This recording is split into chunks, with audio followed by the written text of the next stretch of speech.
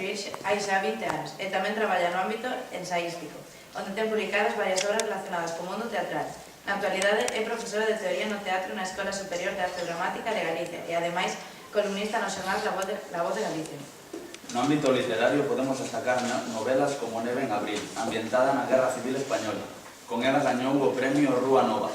A partir de aí viñeron Ovinas, premios Xerais. Non quero ser Doris Day, que quedou finalista na novela por entregas da Voz de Galicia no 2006, New York, no 2007, Memoria de Cidades en Luz, obra triplemente laureada, co premio Blanco Amor 2007, Arcebispo San Clemente, e premio a mellor obra narrativa da Asociación de Escritores de Lingua Galega. No ano 2014 publicou Maternosofía, no cal contou a súa experiencia da maternidade. En 2016 o libro do cal nos vai falar hoxe, aqueles días en que éramos malas. Por favor, Inma, séntate libre de dicir o que queiras e contanos a experiencia detrás dese libro. Vale, síntome libre, sí. Ben, a min gustame máis que falar con vosco, vale? Ademais, a vosa profe xa me dixo que todos lestes o libro, co cal, bueno, seguro que hai alguén que zafou sin lelo, sempre pasa, pero en principio imos presupor que lestes todos o libro e entón imos poder falar das cousas que vos interesen. Pero como eu xa sei que adoita ser complicado romper o xeo, pois vou eu a primeira a falar, vou vos contar un pouco como se me ocorreu escribir este libro, que era o que eu quería, non sei se o conseguí, xa me contarei depois que son desos lectores, e logo creo que é moito máis divertido que preguntedes vos todas as cousas que vos inqueden. Creo que tivestedes que facer unhas videocríticas, contaronme por aí, entón tamén me podedes dicir a min se vos atrevedes a vosa opinión, etcétera, etcétera, vale? Eu empecé a escribir este libro hai agora xa 6 anos, máis ou menos. É dicir, que levaba 5 anos escribindo cando rematei. O que eu quería, de boas a primeiras, era escribir sobre o mal e sobre a liberdade, que son temas un pouco amplos demais e ademais temas típicamente literarios, co cal necesitaba buscar, de alguna maneira, como acoutar eses temas. Por outra banda, eu tamén tiña claro que quería aportarlle un punto de vista feminino, e incluso feminista, a miña seguinte novela. Entón, dándolle un pouco voltas a como facer isto, ocorreuseme que o lugar idóneo onde situar a novela sería un cárcere de mulleres. Por que un cárcere de mulleres? Ben, pois porque as mulleres, normalmente, xa somos consideradas, desde na nosa cultura, na nosa sociedade, somos consideradas máis malas e somos consideradas, fannos menos libres. Co cal, situar nun cárcere de mulleres a mulleres que xa en por sí están condenadas por, supostamente, seren malas, condenadas a privalas da liberdade, poñía sobre o tapete todos os temas nos que eu quería centrarme para escribir esta historia. Eso levoume a investigar moito sobre o mundo dos cárceres. Xa vos adianto que xa sei que é unha inquedanza habitual. Eu non estive no cárcere. Fui ao cárcere varias veces, precisamente para documentarme para a novela, pero non fui nunca condenada, como a protagonista do libro. Entón, tive que documentarme porque como para prácticamente todo o mundo que nunca pasou o cárcere é un espazo absolutamente descoñecido. Case ninguén sabe nada de cousas tan simples como a que hora se ergue a xente que está no cárcere, que comen, que fan, como se relacionan entre sí, que relación teñen cos gardas. Vemos moitas veces as series da tele e todo iso, pero as series da tele, ficcionalizan demais ás veces, non? Todo para darlle un pouco máis de intriga ou para facelo como máis interesante aos espectadores. Entón, cando empecé a documentarme sobre ese mundo, pareceume un mundo fascinante. Por que? Porque todos os cárceres son en realidade depósitos de historias. Todo o mundo que está no cárcere está por algo fixo, evidentemente. E ese algo, evidentemente, é unha historia, non? Polo tanto, para calquera escritora acceder a esas historias, pois é un filón, un lugar de donde sacar múltiples ideas para meter unha novela como a que eu quería ambientar. Por iso, as historias que se contan en aqueles días en que éramos malas son historias basicamente reais. Todas elas son historias de mulleres ás que puiden acceder ou ben porque as coñecen directamente ou ben porque souben das súas historias a través da prensa, a través de coñecidos, etc. E logo está, evidentemente, a historia da escritora. A escritora que, como sabedes, como aprenderíades en clase de literatura, é un personaxe ficcional, ainda que sexa un narrador en primeira persoa, evidentemente non son eu. Pero fago o xogo de e se fose eu. Unha das cousas que eu quería e que tiña claro en canto empecé a reflexionar sobre o mundo dos cárceres e do delito era que a calquera lle pode pasar, calquera pode cometer ese erro terrible que nunha sucesión de fatalidades te pode levar a entrar no cárcere. O que pasa é que somos todos moi hipócritas socialmente e pretendemos esconder nos cárceres aquilo do que non nos creemos capaces ou aquilo en realidade que nos avergoña porque sí que nos vemos capaces. Por iso, con ese personaxe, ademais en primeira persoa, precisamente facendo a referencia a min mesma, supostamente, un ser respetable, máis ou menos coñecido porque escribe libros e tal, que pasaría se eu estivese no cárcere? Digo vos que non estiven, pero podería ter estado. E iso é ao que xoga esa escritora que conta, pero non conta, esa escritora que confesa unha serie de cousas ao seu home, pero que ao mesmo tempo parece que está inventando un montón delas. E iso é basicamente como eu plantexei a novela desde o principio. O personaxe de Sol Mercedes é un personaxe baseado nunha historia real dunha muller, dunha monxa que ao mellor algúns de vos, hai uns anos, ao mellor non vos lembrades, unha monxa que roubaba bebés, estaba a salir unha presa e máis volve a estar de moda estes días porque o médico que lle axudaba está no xulgando precisamente estes días. Ela morreu, ela non chegaron a... liberou na morte do xuízo. Valentina é unha historia, é a historia de tantas rapazas que para sair da pobreza en América Latina se prestan ao tráfico de drogas. A historia de Margot en realidade é unha historia dobre de dúas mulleres xitanas que eu quixen conxugar nunha porque me parecía fundamental contar en algún momento, e non está contada na literatura habitualmente, contar a realidade de moitas mulleres que teñen que lidar con moitas máis cousas que a súa etnia. E por outra banda está o personaxe de Laura, que ese sí que é totalmente imaginario, pero sí que pretendín, a través de Laura, darlle atributos masculinos. Laura é un personaxe que se comporta como un home e que precisamente porque se comporta como un home, porque asume esa liberdade, pois tamén asume o rol que habitualmente atribuímos aos homes na nosa sociedade, que é o rol de dominación. Laura é unha acosadora habitual e ademais é unha tía que só entende as relacións cos homes ou cos demais si domina ela.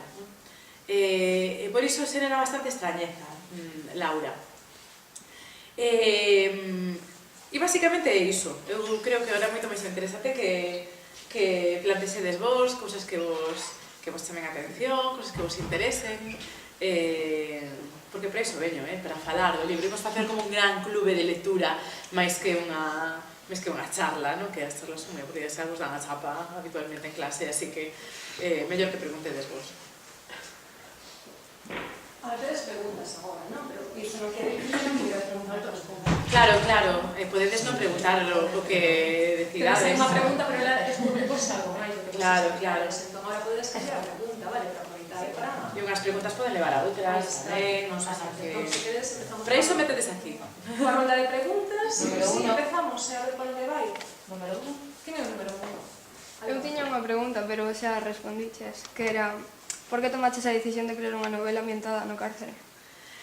Sí, bueno, respondín a medias, porque, Sí, é dicir, sí, porque era o espazo que se me axustaba, non, ao que eu quería contar. Pero por outra banda, tamén, unha vez que entrei, digamos, a investigar sobre todo iso, pareceume necesario falar dos cárceres. Un pouco polo que vos dicía, porque non sabemos nada deles. E segundo, porque falar dos cárceres, en realidade, implica falar de algo que está ao orde do día, que falar do ben e do mal. E, sobre todo, falar do concepto de mal, do concepto colectivo de mal. Que cousas consideramos malas? Porque cando empezas a ver e a coñecer a xente que estivo no cárcere, o primeiro que se che ven á cabeza é pois non é tan malo. Cando estás no cárcere, o primeiro que pensas é todos esos que teño aí, algo farían, evidentemente. Pero que o 90% dese algo farían non é nada... polo menos que dane directamente a outras persoas, non? Asasinos hai moi poucos, por sorte, non? Iso tamén di moito bo de nós, non? Violadores, por sorte tamén, hai moi poucos. Eso non significa que os que hai, evidentemente, teñan que recibir algún tipo de consecuencia, non? Aos seus feitos, e, sobre todo, a reflexión é para que están os cárceres, non? Porque usamos os cárceres como os lugares, como un depósito, non? De todo aquilo do que nos avergoñamos, metémonos aí e mellor miramos para outro lado, non? Cando en realidade os cárceres deberían estar para outra cousa, non? Os cárceres deberían estar para axudar a esa xente, primeiro a entender a equivocación e segundo a subsanar o erro, porque na maior parte dos casos son erros fatais, non? Son erros dos que ademais se van sentir culpables toda a vida. E na que pareza que non, ademais, pero sí. E despois tamén está a reflexión sobre a liberdade, non? Porque, claro, normalmente falamos dos cárceres vendo o lado dos que están dentro, non? O que malos son, o que farían, o que medo lles temos. Pero non pensamos nunca no nivel de sofisticación no mal que implica colectivamente idear como castigo privar da liberdade a alguén. Privar da liberdade é o peor, privarte da liberdade é o peor que che pode pasar. É peor que a morte, en realidade. Porque un cárcere anula a túa personalidade. Un cárcere, no cárcere, o menor dos problemas, se me apuras, non é que non poidas sair. O peor de estar no cárcere é que ti non podes tomar ningunha das decisións que te extinxen.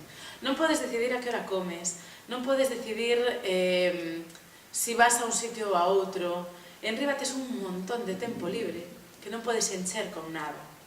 E iso é super agobiante.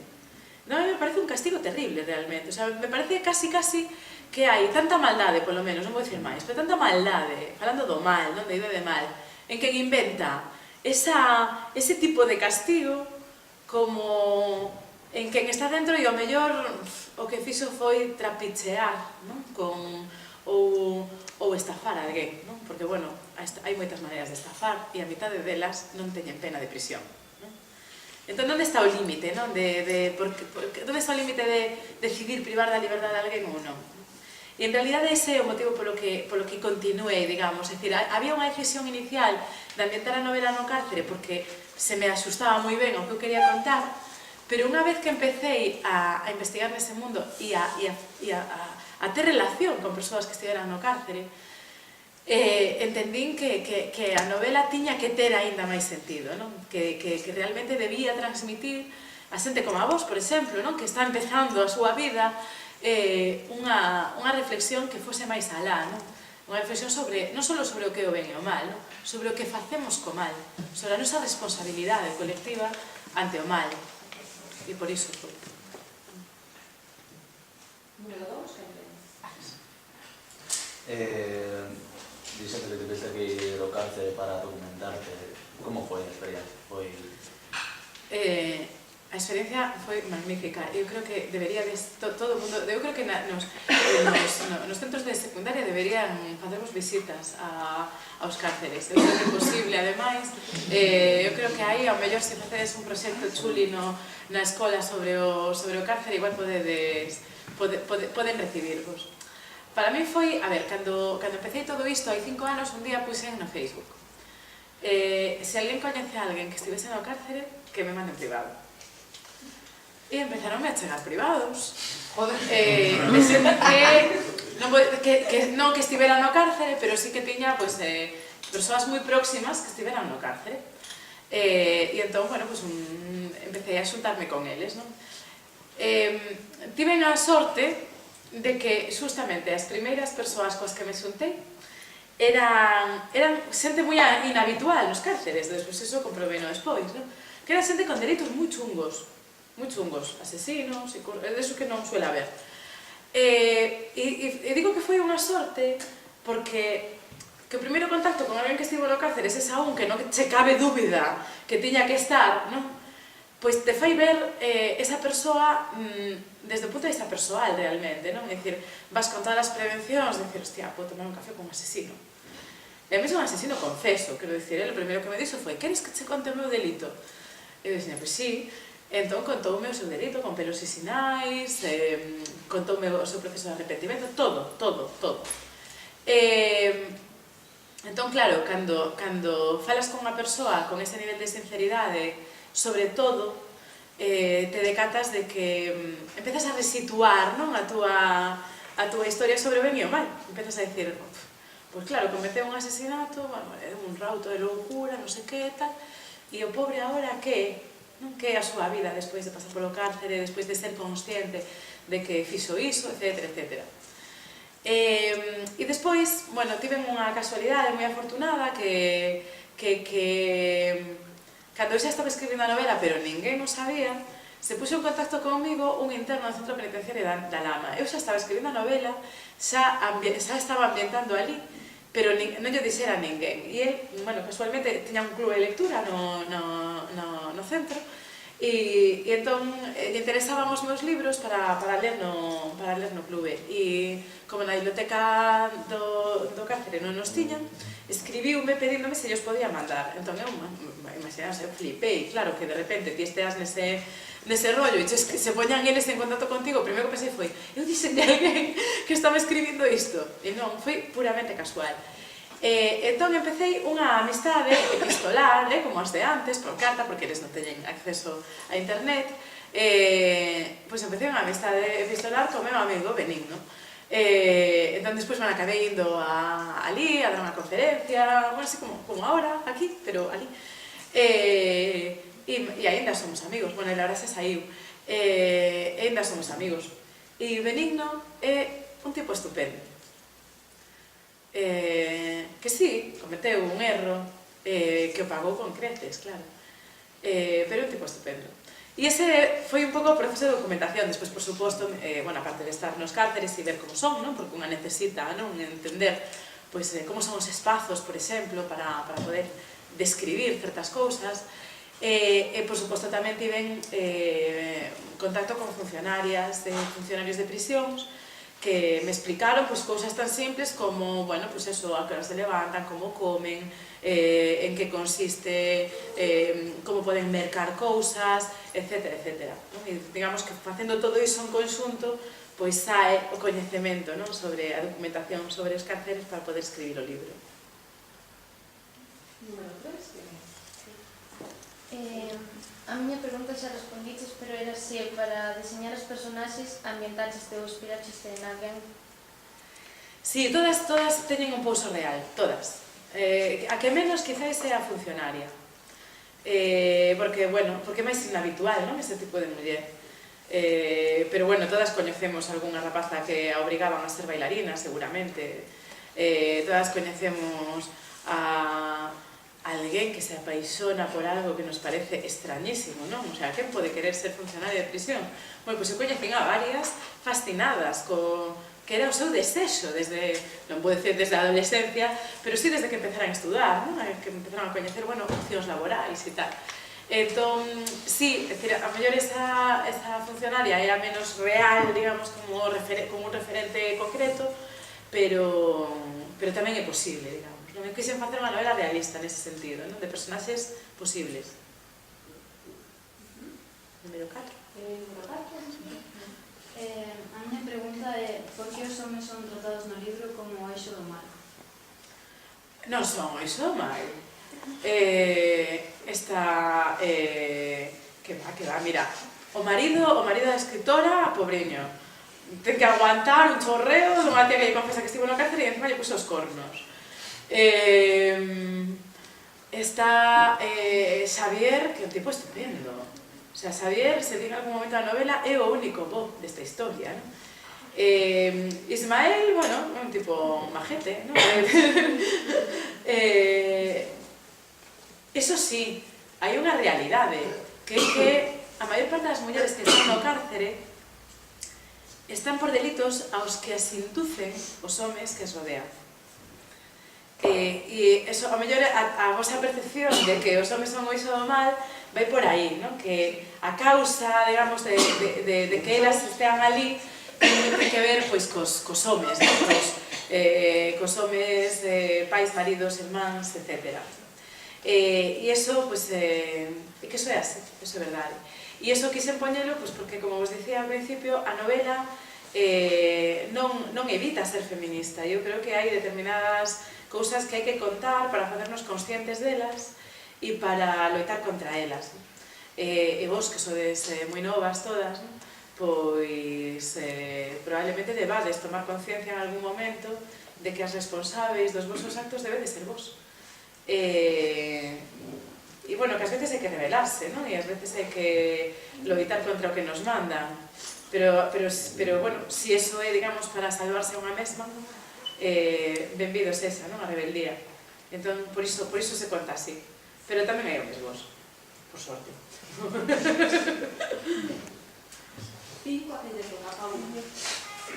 Inma na obra ten a teima de non ser quen de escribir. Por que esa idea persegue durante toda a novela? Por que esa teima, a sensación de non poder escribir, dis? Bueno, porque eu creo que eso nos pasa a todos os escritores en algún momento, non? Que pensamos... Eu personalmente, por exemplo, cando remato unha novela, me obrigo a unha fase de barbeito, non? Como chamo eu, que non... Sabedes o que é o barbeito, non? É o que se fai coa terra, non? Para deixala descansar entre un cultivo e outro. Entón eu, coa miña imaginación, tamén fago o mesmo, non? Digo, escribí unha novela, vamos a deixarnos airear, voume obrigar a non escribir. E durante ese tempo sempre teño medo a non ser capaz de volver a empezar unha novela. Entón, claro, planteseime moitas veces se iso podría ser definitivo, non? E co personaxe de Inma tamén quería eu contar un pouco o que é o feito de escribir, non? Entón, o que é o feito, en parte ten un punto contradictorio, non? Porque é contar o feito de escribir a través do medo a non ser capaz de escribir ou a incapacidade para escribir, que é o que lle pasa a ela, non? Pero claro, cando non eres capaz de escribir e te dedicas a iso, estás todo o tempo pensando en por que non eres capaz de escribir, e entón por iso estás pensando todo o tempo na literatura. E entón por iso está, non? A novela quere falar de literatura tamén, quere ser metaliteraria, non? Entón, esa é, digamos, un pouco a excusa, o detonante, non? Que ela non se sea capaz de escribir, pero ao final está todo o tempo escribindo. Que esa é tamén a contradicción dela. Vos entrar no debate de que xa te solucionado a pregunta ou non? Ou queres saber algún detalle, non? Se te chegaches a pensar nun final máis doce para algunhas das protagonistas?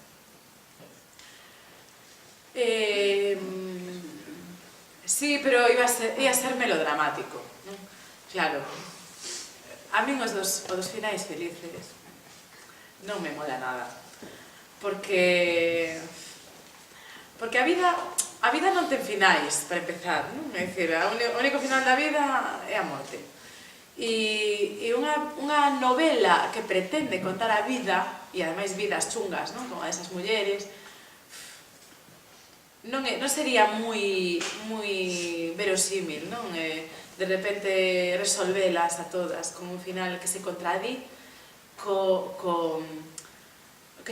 súa vida en realidade, porque en realidade as súas vidas forman parte do que somos todos, non? É dicir, nós temos unha responsabilidade colectiva sobre os motivos que levan esas mulleres a estar no cárcere. E iso tamén é o que conta a novela, non? Nós temos que decatarnos de que todas elas chegan ao cárcere non por cousas que fixeran elas, sino por un determinismo asqueroso que está na nosa sociedade, pola cal hai algunhas persoas que nacen como carne de cárcere. Hai algunhas persoas que polo lugar no que nacen e a familia na que nacen teñen o 90% máis de posibilidades de acabar no cárcere, probablemente como o seu pai ou a súa nai, que calquera outra persoa. E iso non é culpa ni deles, ni do seu pai, ni do súa nai, é culpa de todos. Que colectivamente non podemos permitirnos que a pobreza nunha sociedade como a nosa leve a xente a ter que roubar, por exemplo, ou que a falta de formación leve a xente a non saber que hai outras opcións. E iso depende de todos, non? Por iso non podo salvalas, porque a vida tampouco salva a ninguén nese sentido. E a novela precisamente conta o que conta, non hai, por desgracia non hai finales felices para a maior parte da xente que vive neses contextos. Entón, bueno, podes suavizalo máis ou menos, ou podes facer un pouco de xustiza poética no sentido de xa que isto é literatura, vamos a axudala, non? Como lle pasa a Margot. Pero, non sei, Margot, a historia real da Margot real está sin acabar. Por lo tanto, e a desta Margot en parte tamén. E a propósito disso, Elena, verdade? Sí, ¿por qué todos los finales son tan malos, sobre todo de Margot? Pero ya está contestado. Bueno, porque ademais, bueno, tampouco son tan malos. A ver. Relativamente.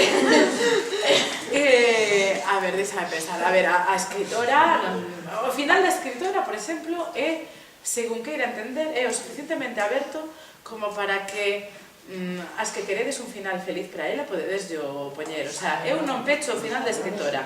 Eso é un final o suficientemente ambiguo como para que cada lectora decida se quere salvada ou non. Porque eu creo moito na posición activa dos lectores. As miñas novelas teñen esa... Eu teño a crenza firme de que unha novela se perden cando se lle dá ao lector. O lector e a lectora reconstrúen a novela a través da lectura e se responsabilizan dela tamén. Entón, se eu creo niso, pois evidentemente escribo novelas que lle permiten aos lectores esa liberdade e esa participación no proceso creativo da propia novela a través da súa lectura. Entón, por iso, o final da escritora o deixei ambiguísimo para que quen diga se salva, para que diga perfecto, para que quen diga se mata, tamén perfecto, quen diga volve ao cárcere, perfecto, porque non sabe virse na cárcel. É dicir, eso, o da escritora é así. A ver, o de Sor Mercedes. Poñedevos no sitio de Sor Mercedes. Eu delle moitas voltas ao final de Sor Mercedes e non se me ocurría nin final mellor para ela, nin castigo mellor para Sor Mercedes, sabedes? É dicir, por unha banda, poñéndonos na súa propia linguaxe, no pecado vai a penitencia. Valentina. Bueno, Valentina é que ten unha condena moi longa, e entra moi cedo no cárcere. Valentina, en realidade, o único final feliz ao que pode aspirar é a que a xunten co seu fillo, porque xa é unha injustiza que a separasen dele. Porque Valentina ten a vida por construir. Valentina non tiña vida antes. Valentina, o destino, lle construe unha vida, que é a vida do cárcere. Por lo tanto, o final feliz de Valentina é saber vivir no cárcere. E iso Valentina vai aprendendo macanudamente. Valentina é a mellor experta de cárceres desa novela. E Laura, pensade que Laura ten o final que ela mesma procura. Laura ten unha opción de ter o que todos consideraríamos un final feliz, pero Laura non quere. Laura non quere atarse a ninguén porque ten un concepto de liberdade moi propio. Entón, Laura ten un final que decide ela. Por lo tanto, non sei, non son finales tan terribles. Non? Ou queres facerle? Non, porque xa dixo, verdade? E Alex Alonso, que tes pregunta? Sí, canto de ficción hai na historia? En cal? No libro, no libro completo. Claro, é unha ficción absoluta, evidentemente. Por lo tanto, claro, hai moitas cousas baseadas en feitos reais, por exemplo, os roubos de bebés. Eso foi certo. Claro, eu non son adivina para saber o que se pasaba pola cabeza a monxa Sor María real, non? Entón eu invento, imagino ese personaxe. A historia de Rebeca e de Margot é certa, é dicir, hai unha... a min me conta, bueno, eu estudo con unha moza xitana que cando ten 11 anos a sacan da miña clase para casala e cando tiñamos 12, máis ou menos, pois mentres nos íbamos os venres a comer chuches á praza ali ao lado do cole, ela tamén viña a comer chuches pero co seu bebé xa, non? Eso a mí me parece unha barbaridade, non? E por iso conto tamén, e iso é real realmente, hasta lle poño o nome real. De feito, os meus compañeiros do cole ahora me escriben polo Facebook e me din, ostra tía, contaches a historia de Rebeca e tal. Dicir, porque Rebeca é Rebeca, non souben máis dela, non? Pero podería ser perfectamente Margot ou non, pode ser feliz, non? Agora se terá netos, me imagino, a ese paso. Sobre todo se repetise a súa historia coas súas fillas. Logo está a historia de Laura, xa vos dixen que é así que é totalmente imaginaria, na que ten elementos. A historia de Margot, a outra parte, digamos, da vida desta muller. Bueno, esa historia sí que me contaron tal cal. Na novela se conta de uns médicos, non, que acollen e a ingresan a propósito cando atopa a nai e tal. Bueno, pues, é que un dos médicos me contou a miña historia, é dicir, eu coñecí directamente a un dos médicos que coñeceu de primeira man esa historia dunha rapaza a que desterran e lle sacan o seu fillo porque era loiro. Eso tamén é unha historia real. Logo, a historia de Inma, evidentemente, ten moitas cousas imaginarias, absolutamente, e outras que son certas. Pero, evidentemente, non vos vou contar o que é certo da miña vida e o que non, claro. Eso, en presencia do meu abogado. Pero sí que non estive no cárcere, eso é todo unha invención, evidentemente. Nin cometín un asesinato en grave tentativa, nin nada, non, eso non. Eso para a vosa tranquilidade, se queredes. Entón, por lo tanto, o feito do personaxe de Ismael tamén nos quedamos, pode ser, pode non. Eso solo tamén en presencia do meu abogado. E o do asesinato, ollo, non podería ser. Quero dicir, o personaxe de Irma está calculado de tal forma que vos podedes verme agora aquí e eu puiden ter sido esa que conta un asesinato en grave tentativa, ter pasado un tempo no cárcere e ahora volver. E se acuerda. Entón, podería ser, quero dicir, son feitos ficcionais, imaginarios, pero que sí que están contados de tal forma que puidesen ser reales. Yo Ismael.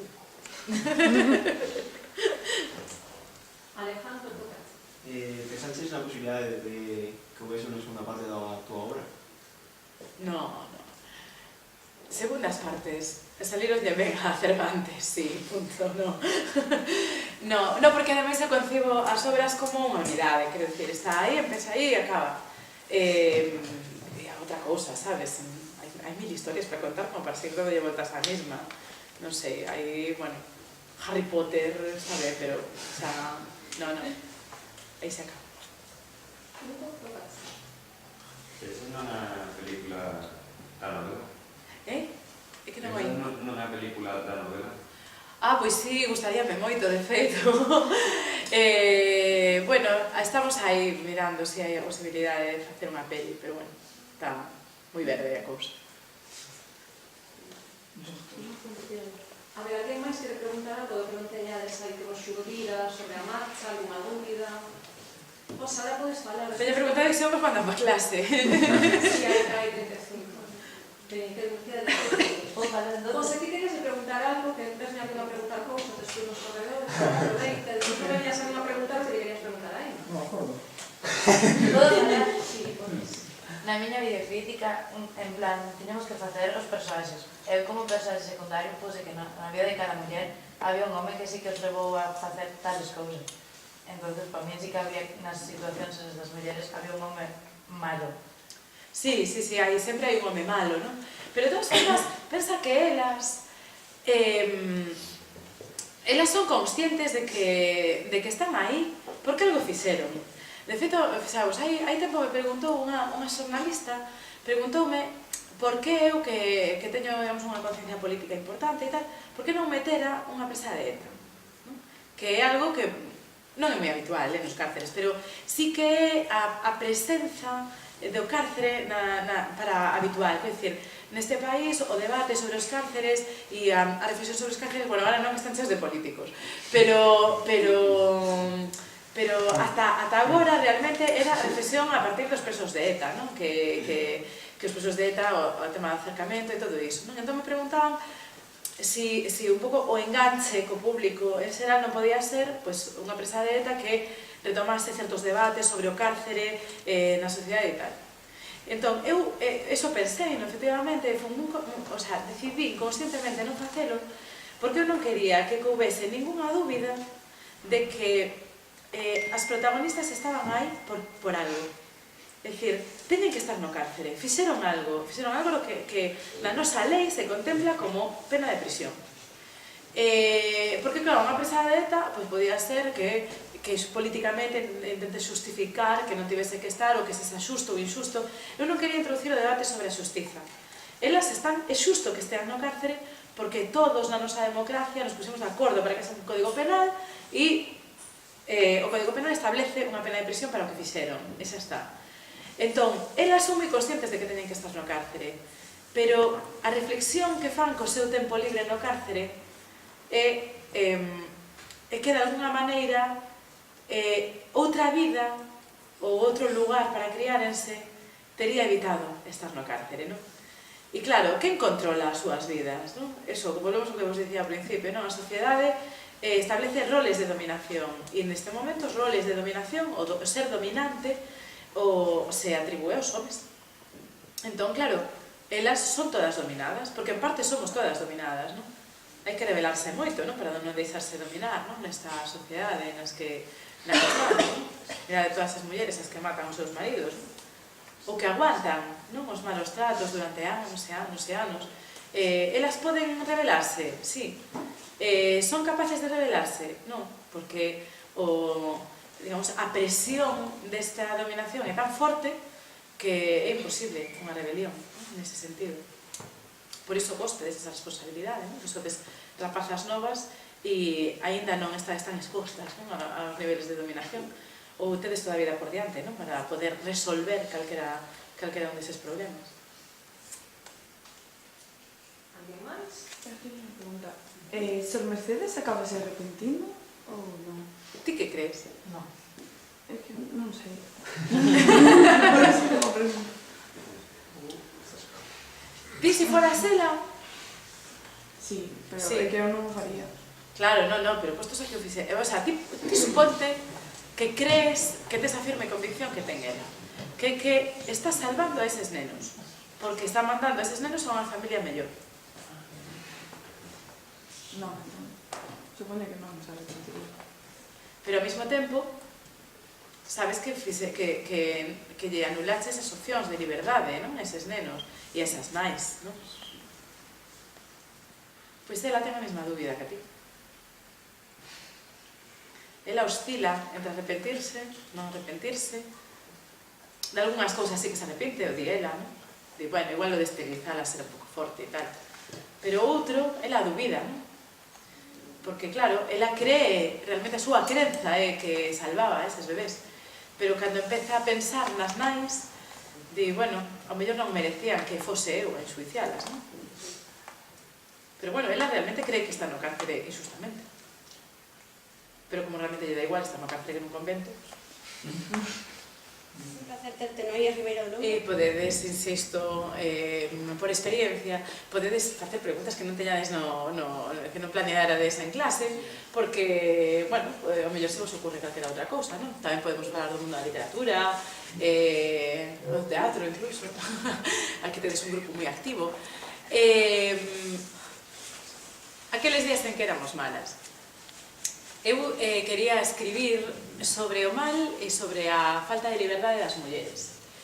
Por que? Pois porque as mulleres, no mundo que vivimos, somos consideradas máis malas e por iso somos menos libres. Claro, dándolle voltas, estes son temas demasiado amplos, porque podes imaginar, é dicir, a liberdade e o mal somos temas literarios por definición. por iso, dándolle voltas a como conxugar eses dous temas e concretalos, non? En algo un pouco máis atinado, ocorreuseme situar todas as historias nun cárcere de mulleres. Por que un cárcere? Pois porque un cárcere é o lugar onde supostamente a xente é mala e onde, supostamente non, evidentemente non se é libre.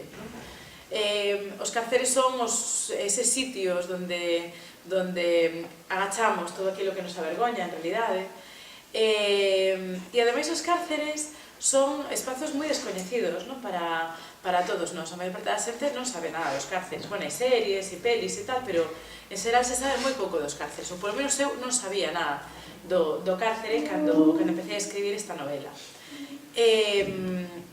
Entón, bueno, unha das cousas que sí que tiña clara é que quería darlle unha perspectiva feminista.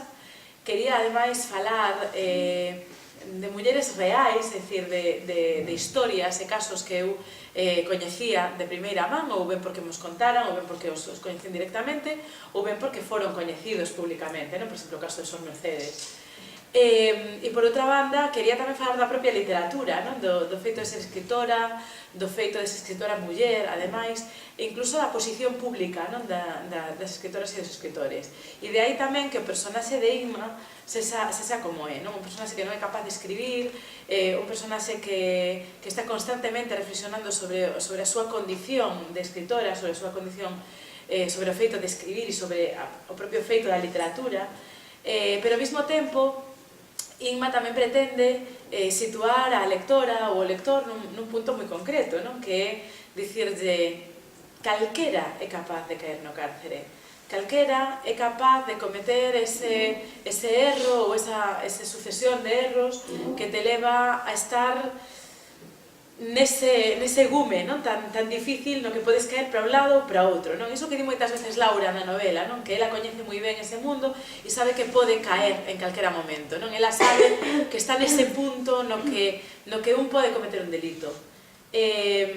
E non sempre é voluntario. Ese é un pouco o que eu quería mostrar co personaxe de Inma, que somos todos un pouco hipócritas e nos creemos incapaces de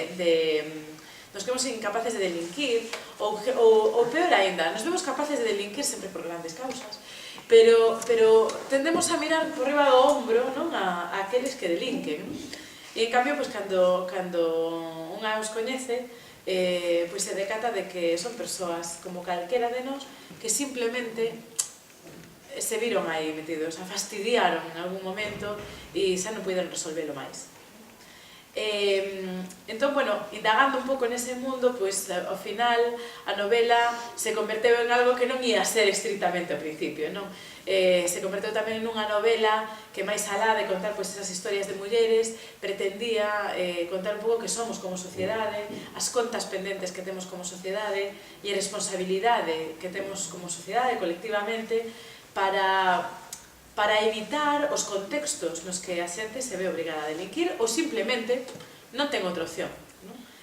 Contextos de pobreza, que eu creo que son inadmisibles, imperdonables no mundo, nas sociedades de benestar nas que nos movemos, contextos de marxinación e delincuencia da que ás veces parece imposible salir, parece que non hai outras opcións, porque efectivamente non as hai, porque dar outras opcións a esas persoas implica investir recursos que casi nunca queremos investir neles. Como vamos a investir recursos na xente pobre? Como vamos a investir recursos na xente que delinque? Como vamos a investir recursos na xente que vive marxe da sociedade? Entón, con esa lógica, nos creemos superiores a todos eles. E o personaxe de Inma está aí un pouco para iso, para decir, bueno, eu que supostamente son como a ti, lector, lectora, incluso se supón que son un deses personaxes da respectabilidade social, tamén estiven no cárcere.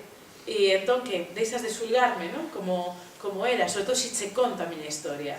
E aí están tamén as historias de todas as demais para lanzarlle ao lector unha idea, agora que as coñeces, xulgas da mesma maneira a alguén que está no cárcere. Esa é un pouco a idea.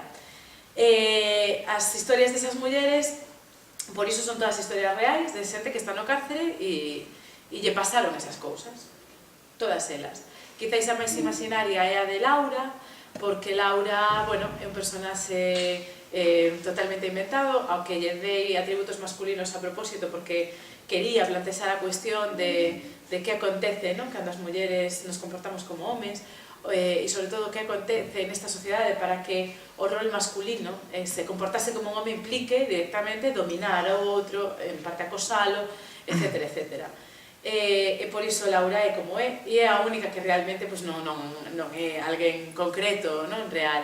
Todas as demais, non concretamente, pero sí que se construen a través de historias que sí que coñecen. E postos en tesitura, ahora creo que é mellor que preguntedes vos. A ver, quen come? Tocas a ti, número 1. A miña pregunta é, como comezaste a escribir? E se sempre sabías que tiñas claro que ias acabar sendo escritora? Bueno, telo claro, é un pouco difícil, non? O sea, tú tens claro o que vas a ser? Non, por iso. Pero sabes o que queres, non? Me imagino. Pois é un pouco mismo, non? É dicir, eu sempre escribín, empecé a escribir moi nova, cantos son tedes vos? 17. Pois, máis ou menos, cando eu empecé a escribir máis ou menos cando tiña a vosa idade. Porque tamén teña un par de profes que me obrigaron a escribir un montón e a matar contos a concursos, historias destas, e entón, pois, atopei aí, bueno, que me gustaba e se me daba ben. E entón, bueno, descubrín aí que eu tiña un desexo, non? Que era o desexo de contar historias, porque me axudaba a explicar o mundo. E entón, a pregunta non é tanto porque comezaches a escribir como máis ben porque nunca deixaches de facelo. Nunca deixei de facelo porque para min é unha necesidade, non? Seguir escribindo. Para min é a forma de expresarme. E a forma de, en boa medida, incluso de relacionarme cos demais, non? E por iso sigo facendo. E por iso, como a Igma do libro, me dá un pouco de medo, non? De repente non ser capaz de escribir máis. E creo que eso nos pasa a todas as escritoras. Creo que todas escribir é unha necesidade, pero ao mesmo tempo é unha actividade ás veces ingrata, non? Ás veces, bueno, como deporte, non? Entón, por iso te metes aí unha relación amor-odio coa literatura, non? Quero escribir sempre, pero ao mesmo tempo, cando escribo, parece que non teño outra vida, e todo iso. Pero sí, para min é unha necesidade. Non podería, é o meu oficio, a miña paixón, non? E ao que dediquei a miña vida, é dicir, ainda que, bueno, a miña fonte de ingresos máis consistente non sexa estrictamente a escritura, si é a literatura en boa medida, por lo menos a arte, non? E iso, para min, é unha satisfacción, non? E supoño que se non fora escritora e se non tivera tan claro desde o principio que quería ser iso, pois a mellor agora era dependente do Corte Inglés. E non me estaría nada mal, por outra parte. Bueno, non sei, igual non me pagaban ben, pero eso habría que loitar, xa. Que reflexión te gustaría que fixeran os teus lectores e lectores da tua obra?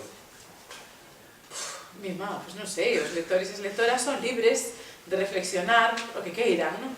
Precisamente porque eu non persigo unha lectura concreta. Eu les dicía antes aos compañeiros que eu creo moito na capacidade activa da lectura, é dicir, na capacidade das persoas que len para construir coa lectura a propia obra. Eu creo que unha obra non está rematada incluso cando a escritora a escribe ou lle pon o fin, non? A obra se remata en cada lectura. E por iso eu creo nos lectores activos que participan na creación da obra e que teñen a capacidade de entender e de interpretar en boa medida libremente. Por iso eu non pecho os finais, por iso deixo moitas cuestións ambiguas a propósito, porque creo que forma parte do proceso de lectura tomar esas decisións. Ás veces hai lectores que lles fastidia un montón, sobre todo a rapaces de instituto que teñen medo que lles pregunten nun examen cousas que quedan abertas, non? Pero na lectura placenteira, esa apertura eu creo que é un reto, non? Para os lectores, e que ademais se genera unha proximidade co escritor, non? Porque sentes a novela como máis propia, non? Cando podes tomar decisións, non? Sobre a novela.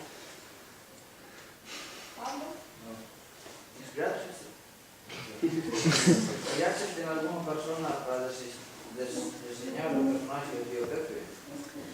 Pois, non exactamente.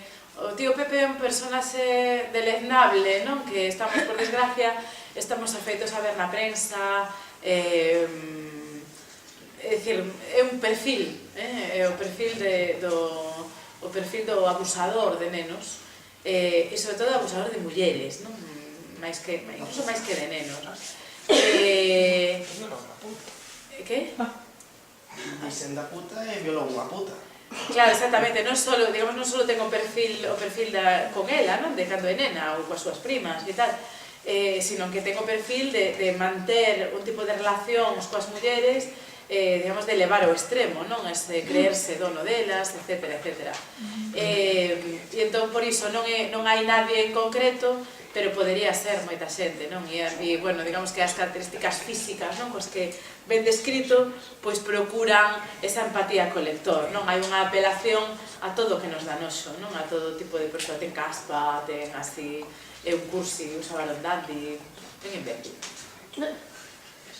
Hai unha escritora parecida a Inma da novela?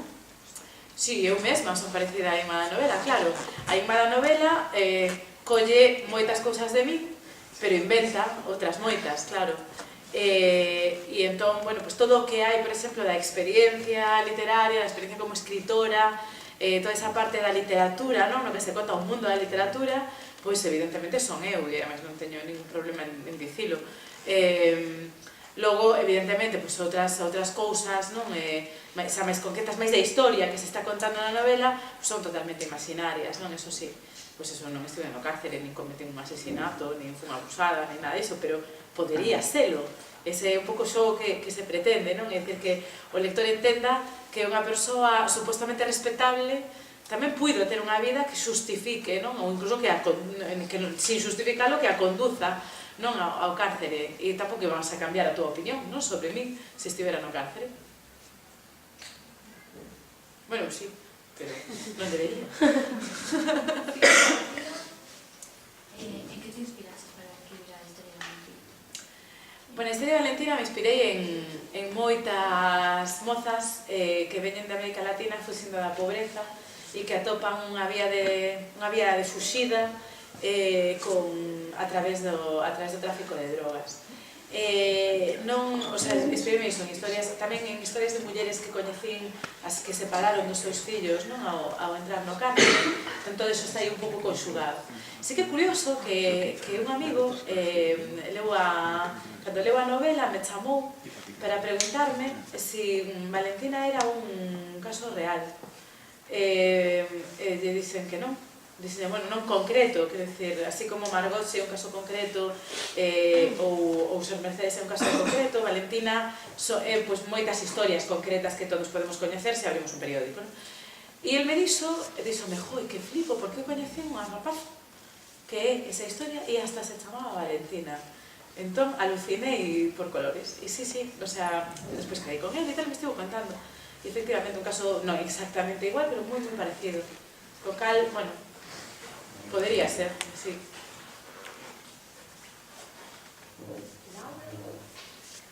Por que se trachas esta historia no cárcere?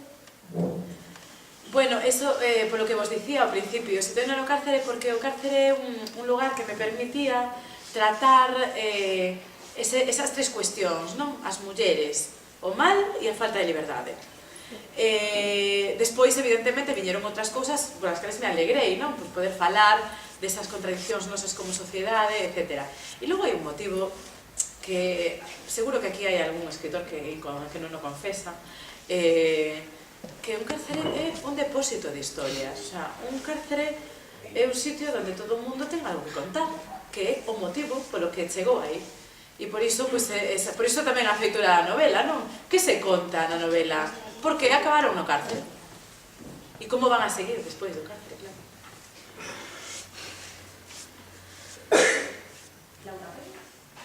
¿Visitaste algún cárcere para documentar sobre a vida dos presos e presas? Sí. A ver, quedei con persoas que estiveron no cárcere, ademais, persoas que estiveron no cárcere por delitos moi chungos que nos contaron, e iso fixeron antes de ir ao cárcere.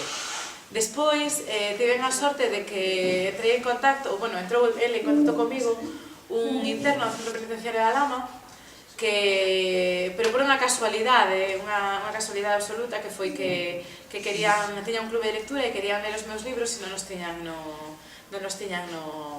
na biblioteca do cárcere. Como podes ver, o cárcere en certos aspectos se parece moito ao instituto. E despois contos unha anécdota sobre isto. Entón, bueno, este interno, como levaba o clube de lectura e a radio do cárcere e tal, pois necesitábamos libros porque ali non nos tiñan, entón contactan comigo para que ellos mande. E eu, imaginamos, eu alucinei porque eu xa estaba escribindo a novela, pero non lle dixera a ninguén. Entón foi así como providencial, que de repente alguén dun cárcere contactase comigo. Entón nos fixemos amigos por carta, nos escribíamos un montón de cartas, despois evidentemente acabei indo ali, dei unha conferencia para todos eles, estive con eles no programa de radio, estive un día ali con eles. E seguimos sendo amigos, Perín ahora xa saliu, pero seguimos sendo amigos. E despois tamén falei con funcionarios ou funcionarias de prisións, basicamente para que me explicaran cuestións moi concretas do día a día do cárcere que descoñecemos porque non se sabe nada do mundo dos cárceres. Toda esta xente está nos agradecementos do libro. Unha das funcionarias dese cárcere, unha medio familiar, esta muller, ahora ven a anécdota, o seu home é profe de secundaria. E entón estábamos falando porque esta muller é unha apaixonada do seu traballo, adora ser funcionaria de prisións, igual que Laura, a do libro. E ela me decía que ten unha filla que é médico e tal, e cando a filla tiña máis ou menos a vosa idade e non sabía que estudar, ela lle decía, por que non te faz funcionaria de prisións? Que a rapaza decía, como vou facer funcionaria de prisións? E dicía, pois é un traballo maravilloso, estou encantada da vida e tal. E ela me decía que ela que falaba moitas veces co seu home, o profe, dos parecidos e das diferencias entre os seus traballos. E ela me decía, mira, ser funcionaria de prisións é bastante semellante a dar clase no instituto de secundaria. Só que con unha diferencia, decía, eu teño capacidade para castigar as miñas presas e os profes de secundaria teñen que aturar o mal que se portan os alumnos sempre. Entón, bueno, ela decía que, claro, era un pouco a coña, ela o enfocaba así, pero de alguma maneira tamén é que un cárcere é un espazo onde convive moitísima xente que ten que estar hiperorganizado, como un instituto. Entón, claro, é un lugar onde se convive, ademais, bueno, aquí se convive moitas horas, ali se convive, pois, bueno, todo o día e toda a noite, claro, pero hai tamén as súas actividades organizadas, hai a súa biblioteca que xenera actividades, ali logo hai unha cousa, non, moi importante, que é que moita xente non ten formación e se lle debe dar esa formación, etcétera, etcétera. Entón, por iso ten unha certa semellanza, non? Sí, se parece, o cárcere se parece, pois eso, a un instituto, se parece a un centro de saúde tamén, se parece a todos eses espazos onde se reúne moita xente e que están moi sistematizados. Canto tempo che levou escribir esta obra, dende que empezaste a informarte ata que por fin armadas? Pois levoume 5 anos. Sí, 5 anos. Tampouco é tanto.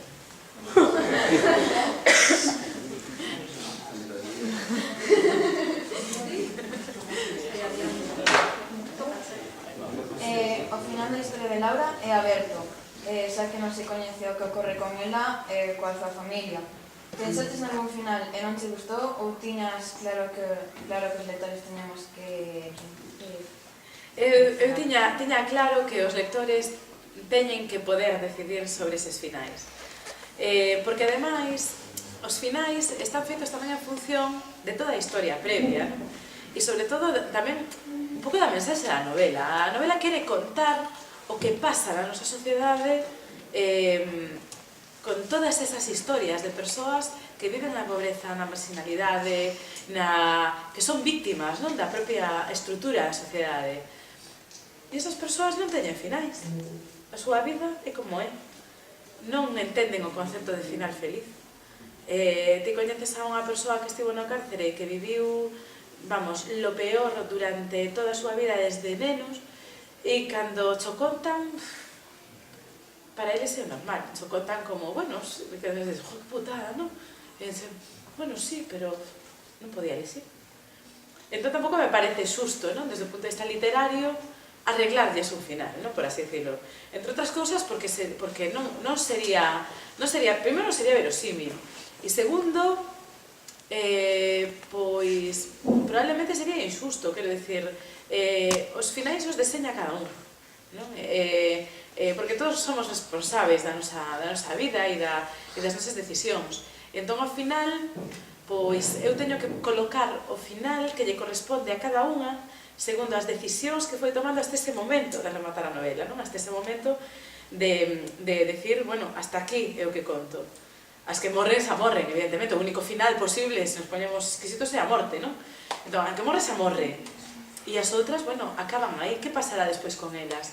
Bueno, pois é que non conto o que deciden. Entón, o lector ou lectora pode imaginar que decisións tomaría, como sería despois a súa vida, pero eso xa é cousa do lector ou da lectora. Non lle vou facer eu. Se quisera facelo, escribiría. Evidentemente non o escribo porque quero que cada lectora reflexione, non, sobre ese aspecto e pense, non, no que podería ser desas vidas. Forma parte da propia novela, por tanto, ese final aberto. Alba Cabate? Traballando na Escola de Arte Dramática, tes en mente escribir algunha obra de teatro ou incluso propoñerlle algunha compañía teatral que a leve a escena? Non, desde moi mal escribir teatro. É curioso, xa sei que todo o mundo lle extraña ou así, pero escribo moi mal teatro. Para escribir teatro, eu creo que os novelistas non somos bons dramaturgos, en xeral. Hai excepcións, hai genios. Pero en xeral, está Cervantes, que se decirte antes, pero fixadevos, Shakespeare non escribiu novelas. Non sei, Jonathan Franzen non escribiu teatro. Por qué? Porque o concepto da narrativa é o contrario do concepto do teatro. O teatro tende a condensación, tende a captar o momento, tende a explicar con moi pouco, moitísimo. O teatro non entende de matices, ou polo menos os matices teñen que estar concentrados nun conflicto moi concreto. As que somos como a min, que tendemos á expansión e que tendemos a querer contar un montón de cousas, que tendemos a ir ao matiz, a establecer todas as posibilidades dun conflicto, somos épicas por definición, non podemos facer teatro. Iso dicía Aristóteles e tiña toda a razón. E por iso a mí se me dá mal, porque eu cando me poño, algunha vez intentei e tal, a escribir unha obra, pois me queda ou sosa ou non é representable. Ou non é, o sea, unha especie de novela dialogada, en plan a Celestina, home, sí, vale, pero non. Hai xente que escribe que fai de maravilla, entón, nada, que cada palo que aguante su vela. Eu fago narrativa e punto. E o que quero facer teatro, se queren coller unha novela miña para facer unha obra de teatro, eu, vamos, men nas pilloas, hasta xudo, se me deixan. Pero non se me dá ben. E tampouco son boa cos diálogos. Xa sei que sorprende a todo o mundo, porque teño as novelas cheas de diálogos e non sei que, pero me costa un mundo facer diálogos.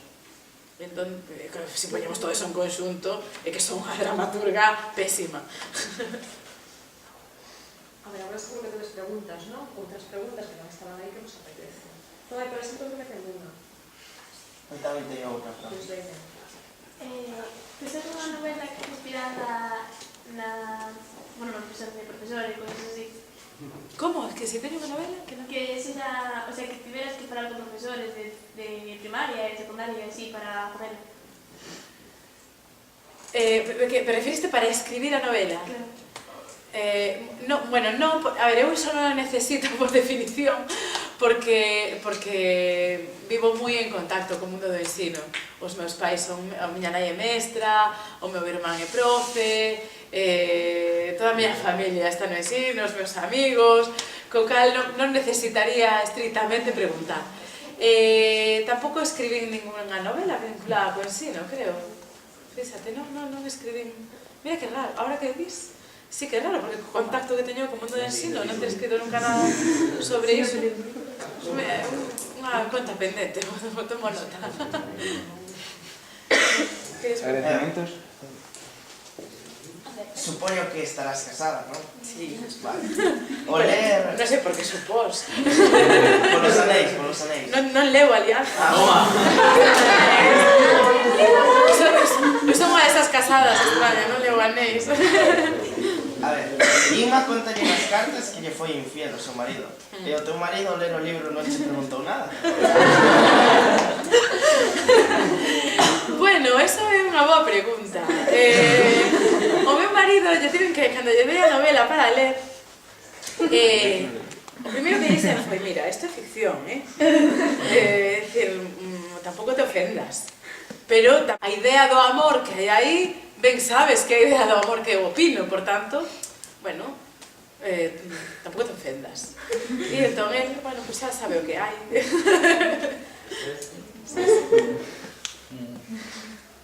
A ver, Sergio. Tes alguna idea en mente para futuros libros? Sí, xa teño... Bueno, teño unha novela no Queixón que está en proceso de revisión e tal. Que é unha historia de amor. Así... Unha historia de amor. Esa vai vos gustar, seguro. Bueno, sí que teño outra en mente, esa que, bueno, empezarei a escribir, pero esa non vou falar nada, ni siquiera empecé. Entón, pero sí, xa ando aí. Xa pasei a fase de descanso despois desta, xa vai alá casi un ano desde que remate, entón, ahora xa toca. Mais? A ver, aquí aproveitar, que nos quedan así 5 minutos. Ninguén máis? Non, despois preguntar na miña clase, non? A ver, Javi, veña. ¿Tes algún autor ou autora que te inspirase a comenzar no mundo da literatura?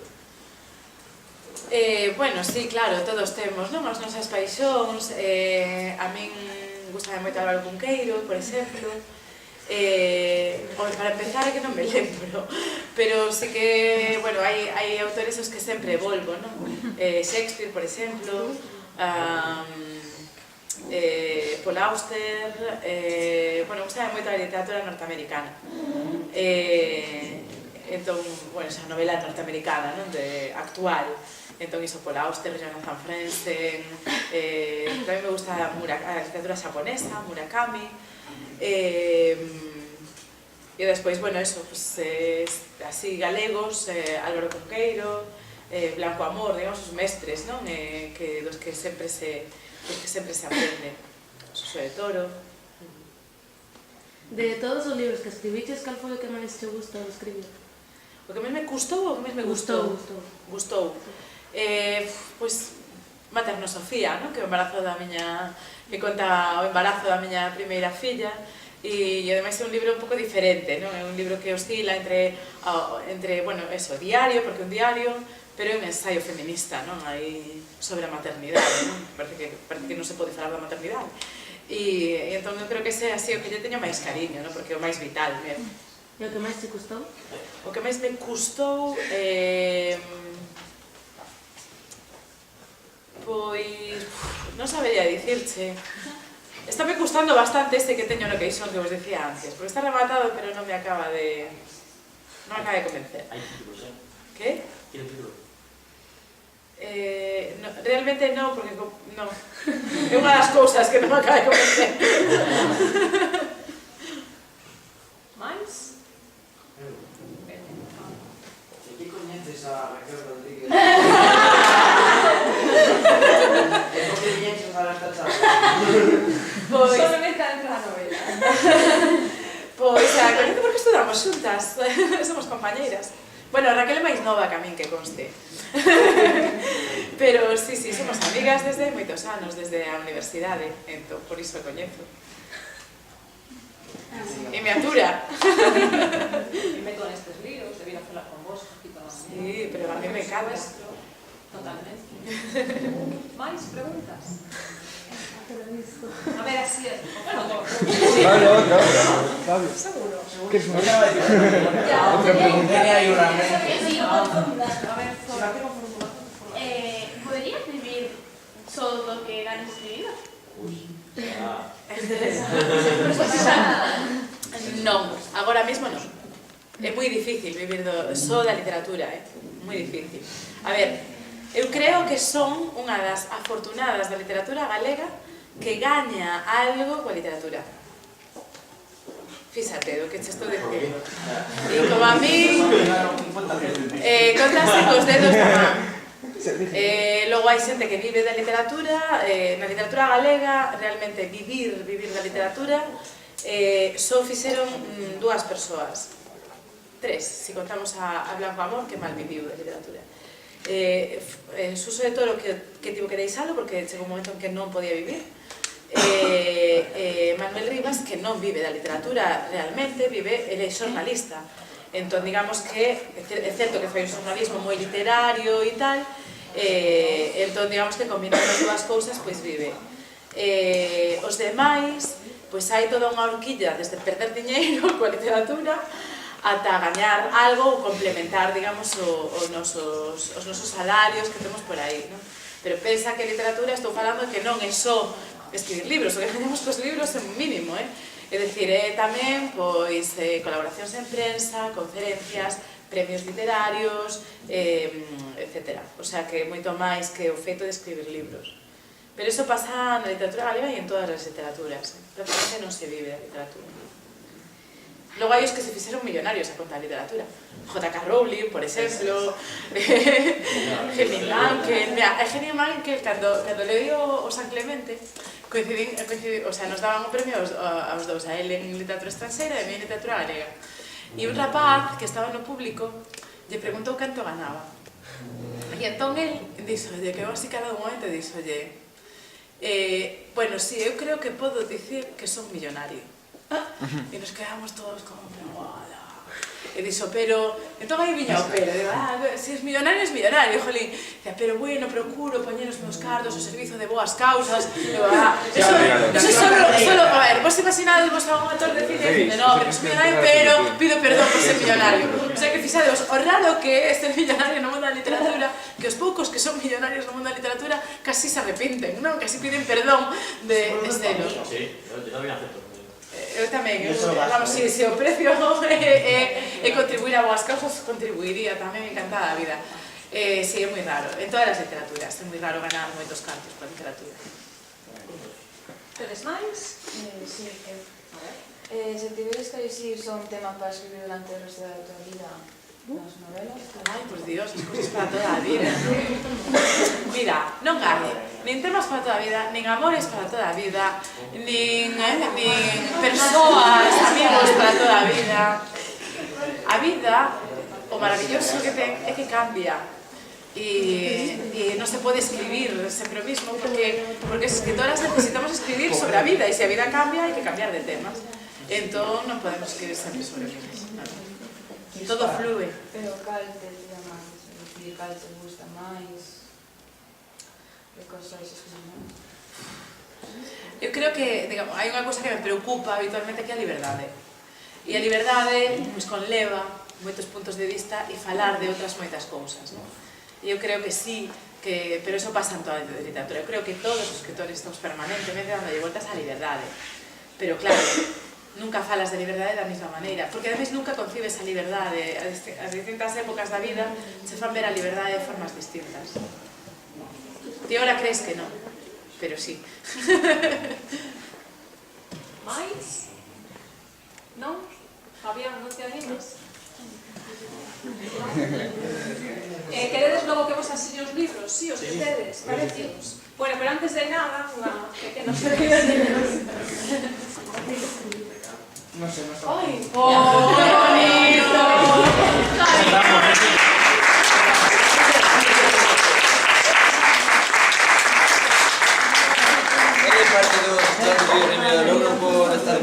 Gracias. Ay, qué bien, bueno, cantas cosas. Cantas las flores, a ver. El próximo libro, en vez de contar un poco de flores. Gracias, de verdad.